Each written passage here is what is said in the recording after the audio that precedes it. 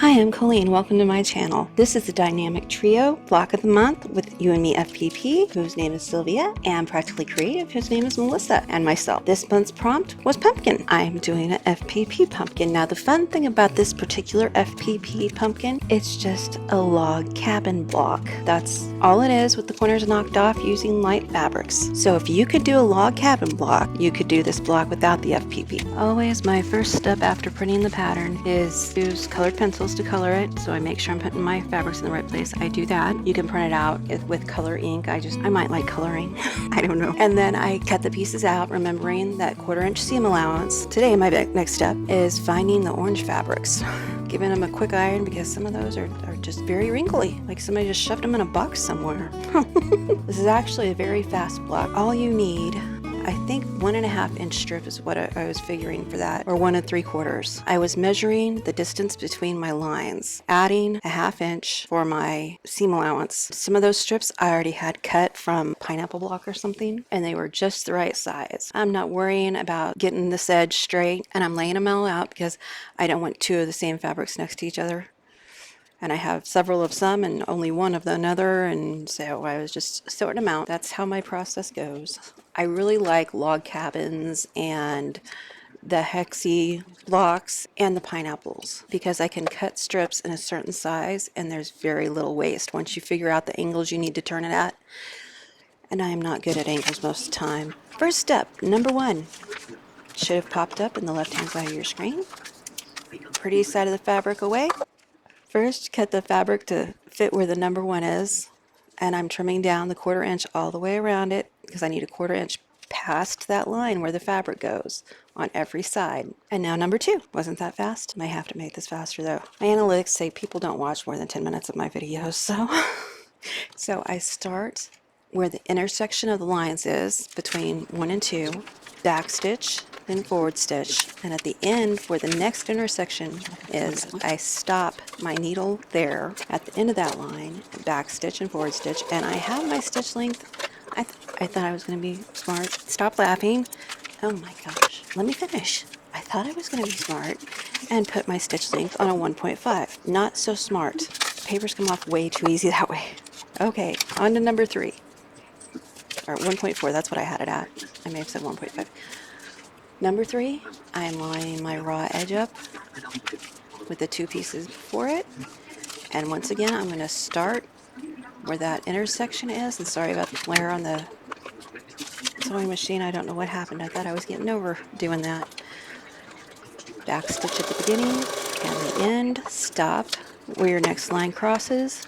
Stop at that intersection. Clipping my threads fairly close with back stitched. It's fine. I'm going to do that finger press, then I'm going to press it with my iron because they lay better.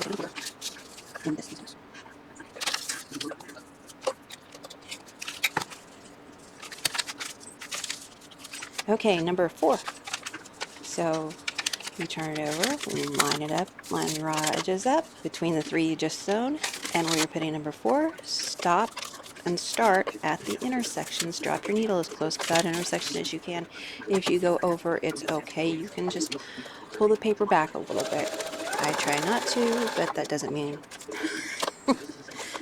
much. Alrighty, trimming my papers, and again, it'll be a quick finger press to get that going the way I want.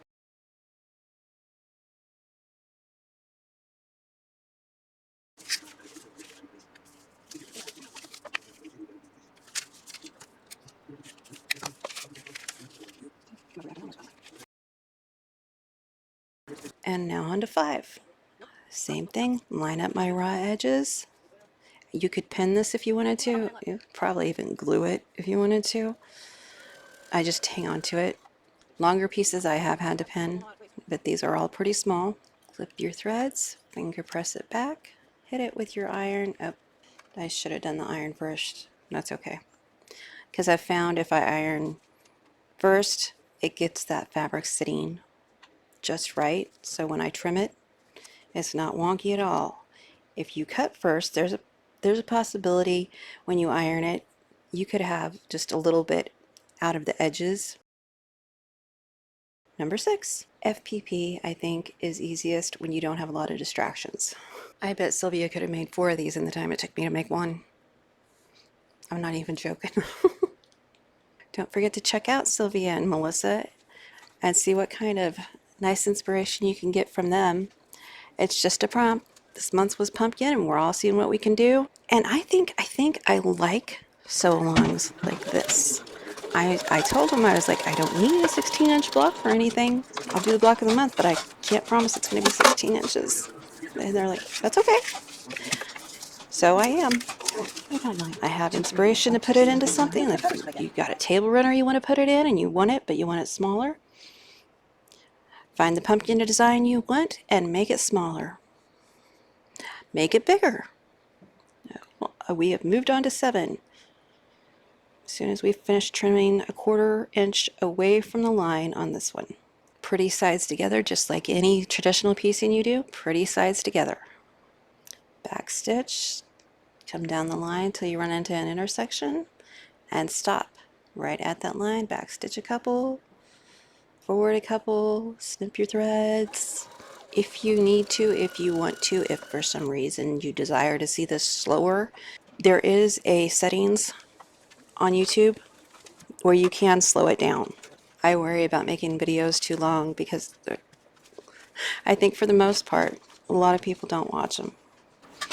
But I'm afraid if I make them too short, you're not going to get the information either. So I need to change my blade. The next day I changed my blade, so we're going to be struggling through this one because I didn't want to take the time to change the blade. It takes seconds. All right, number 9.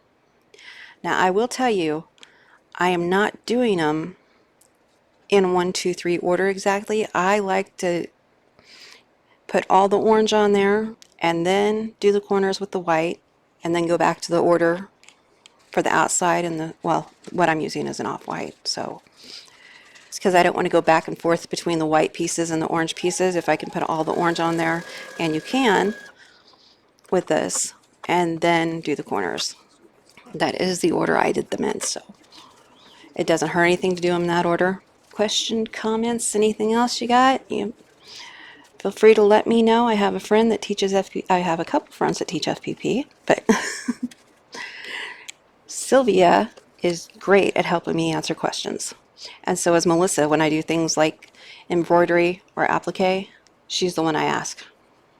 Okay, now I'm going to B11. See, it's still staying with the orange, and I'm still going in that circular motion that the log cabin is. You could do this in all red and have an apple. Put a leaf on the top. I could have put a leaf on the top, even though it's a pumpkin. Anyway, start at the intersection, back stitch.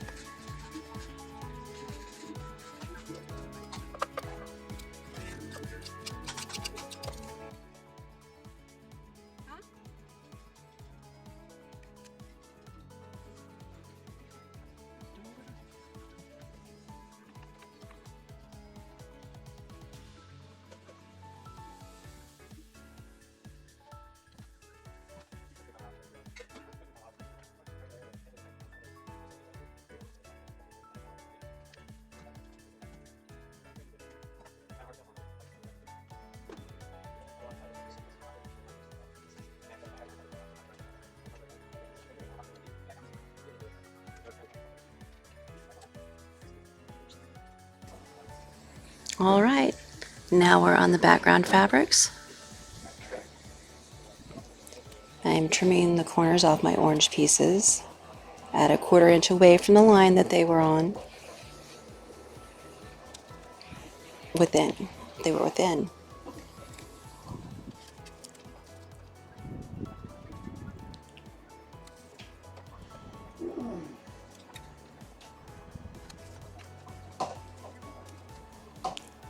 Now I'm doing B12. If someone decides to talk through this voiceover to me, I'm leaving it in. Just thought everyone should know that. Oh, don't ask. Anyway, we've put B12 on. I'm cutting off the excess. And now B13. See, it didn't make sense to me to go out to the outside first. Or in between. You know, when you snowball a block, you make the block, then you snowball the outsides generally. Generally, this might not always be true. I don't know. So that's what my mind wanted to do with this. And if I used 1 3/4 inch strips, I probably would have had big enough pieces for everything except for maybe the 3 outermost pieces. And we're on B8 next.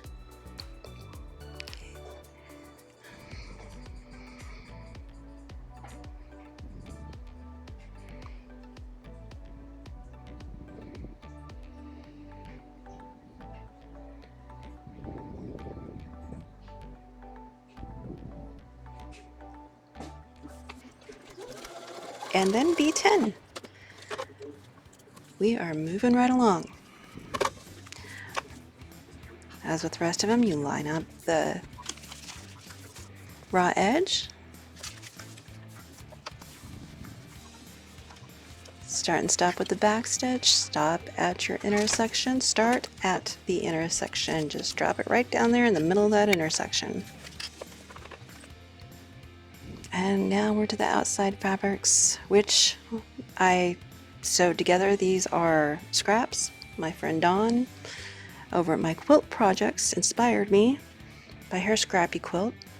We're on B15. I think that was 15. To use my scraps, so I got all my scraps out. I don't have tons of scraps, just because I don't. I'm kind of new-ish. I'm a couple years old. I think that's still newish for the amount of time I've been able to sew in that time, which isn't much. And when I did, I realized I'm going to be using the Seville method a lot. I misjudge where the fabric stopped and the paper stopped. So that just means that I'm doing the same thing I'm doing anyway. When I need it, I take one piece of that fabric and sew it just like what you would with any other quilting block, right sides together, 1/4 inch, sometimes I use 1/8 of an inch, and voila. We now have enough fabric going across that. And it looked like one side was a little bit squared. That is just a little bitty piece and it is well within our seam allowance, so we're not going to worry about it. This is going to go in a wall hanging for myself. If I was making it for somebody else, maybe I would use one solid piece of fabric for the whites. B14. I did 15 before 14. I wonder why I did that.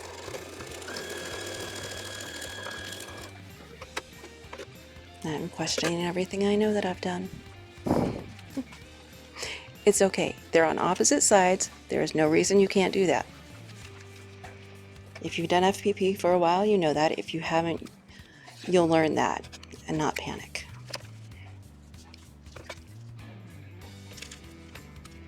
Trimming our 1/4 inch way, and B16. If you have B16 and you have bingo, please let me know.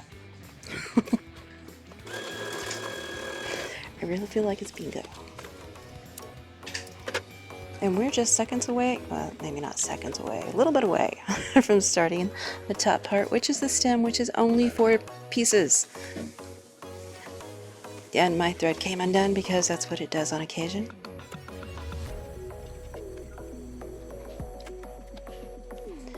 Back stitch, follow the line across. Just sewing on the lines when you're doing FPP.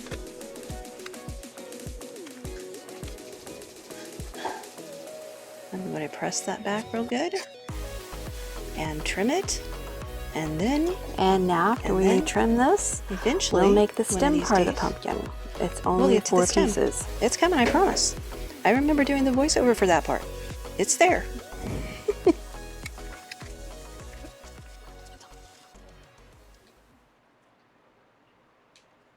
And there it is.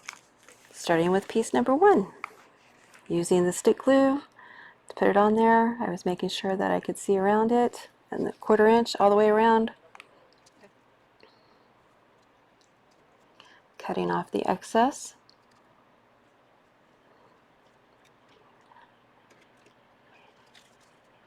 And number 2, which is the stem. You know, you could make this and add some frilly lines with embroidery if you wanted to, or just simple quilting stitches. I think that'd be cute.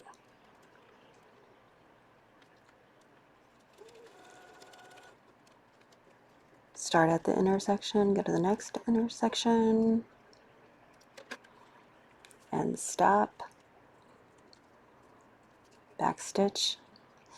And then I noticed I did not figure that right, but I had another piece of fabric, so Sylvia method comes to the rescue. You're probably going to notice I use the Sylvia method a lot. That is just adding a piece of like fabric or any other fabric, whatever you want, to that piece you put on to make it work, instead of unpicking and getting a bigger piece of fabric. Picking the right size in the first place would, probably be helpful. But why would we do that? All right, number 3.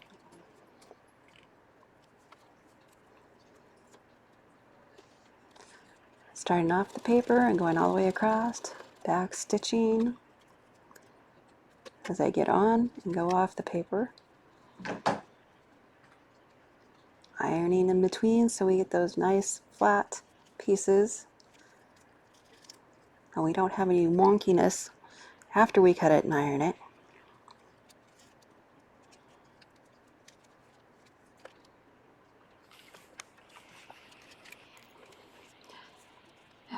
And piece number 4. We are almost done.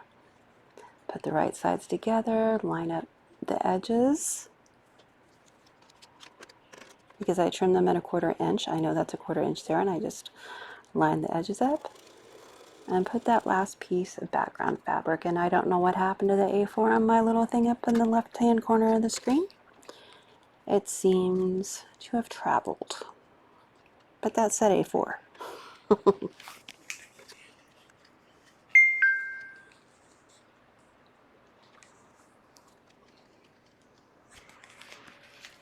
If you're curious, that's my stop telling jokes Coleen bell. And now we're going to trim the A piece down and connect it to the B piece that I hid over there. And what works good, I find, is just poking the pin through that corner at the top and going through the corner on the other side. Sometimes I get it, sometimes I have to reposition the other side.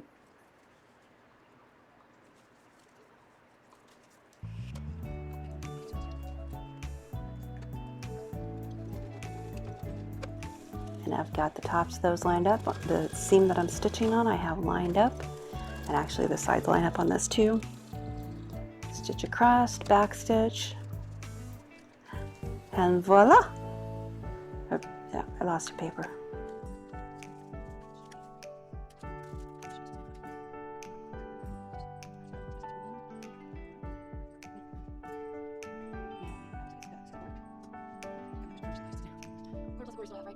And that concludes this video for the block of the month. Don't forget to check out my friends at Practically Creative, Melissa, and at You and Me FPP, Sylvia, to see how they did their pumpkins for this month. Have a good day, take care, and be the light you hope to see in others.